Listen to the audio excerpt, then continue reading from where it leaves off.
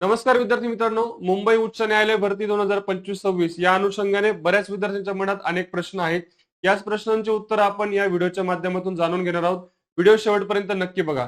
बघा विद्यार्थी मित्रांनो, विद्यार्थ्यांच्या मनात सध्या जे प्रश्न आहेत, उदाहरणार्थ परीक्षा कधी होणार, परीक्षा कोण घेणार, परीक्षा ऑनलाईन होणार की ऑफलाईन होणार आणि परीक्षा सेंटर कोणते असेल, या 4 अतिशय महत्त्वाच्या प्रश्नांचे उत्तर आपण या व्हिडिओच्या माध्यमातून बघूया.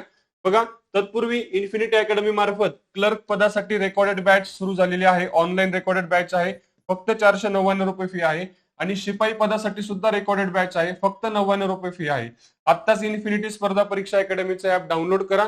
बॅच नक्की जॉईन करा. अधिक माहितीसाठी खाली दिलेल्या नंबरवरती संपर्क करा. आता यातला जो पहिला प्रश्न आहे आपला, की परीक्षा कधी होईल.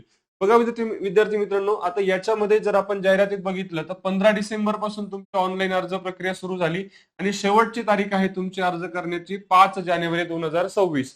यानंतर एक मुदत वाढली तर हार्डली 5-6 दिवस वाढू शकते. अजून कन्फर्म नाहीये, वाढली तर 5-6 दिवस वाढेल. त्यानंतर मग तुमच्या अर्जाची छाननी केली जाईल. जे विद्यार्थी म्हणजे नियमात बसत नाही ते अर्ज बाद केले जातील किंवा वगैरे पुढची प्रक्रिया सुरू होईल. आणि माझा असा वैयक्तिक अंदाज आहे की तुमची परीक्षा साधारणतः होण्यासाठी 90 दिवसाचा कालावधी लागू शकतो. 45 ते 90 दिवस, ते 2 ते 2.5 महिने. म्हणजे कधी परीक्षा होऊ शकते तुमची बघा, फेब्रुवारीच्या एंडला किंवा मार्च 2026 ला तुमची परीक्षा होण्याची शक्यता आहे. Okay, clear. त्याच्यानंतर बघा पुढचा मुद्दा, परीक्षा कोण घेणार. बघा विद्यार्थी मित्रांनो, माननीय न्यायालय म्हणजे हायकोर्ट. ओके, हायकोर्ट ही स्वतः परीक्षा घेणार आहे, लक्षात घ्या.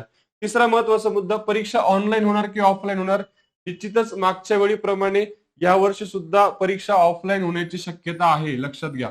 त्यामुळे परीक्षा ही ऑफलाईनच होणार. ओके. त्याच्यानंतर चौथा आणि शेवटचा मुद्दा, परीक्षा सेंटर कोणते असेल. बघा, तुम्ही ज्या ठिकाणी फॉर्म भरलेला आहे विद्यार्थी मित्रांनो, त्या ठिकाणी म्हणजे उदाहरणार्थ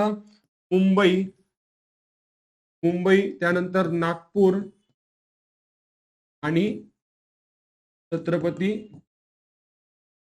संभाजीनगर या 3 ठिकाणी तुमचं परीक्षा सेंटर असू शकतं. ओके, अतिशय महत्वाची माहिती आपण या व्हिडिओच्या माध्यमातून बघितली. अशाच माहितीपूर्ण व्हिडिओसाठी चॅनलला नक्की फॉलो करा.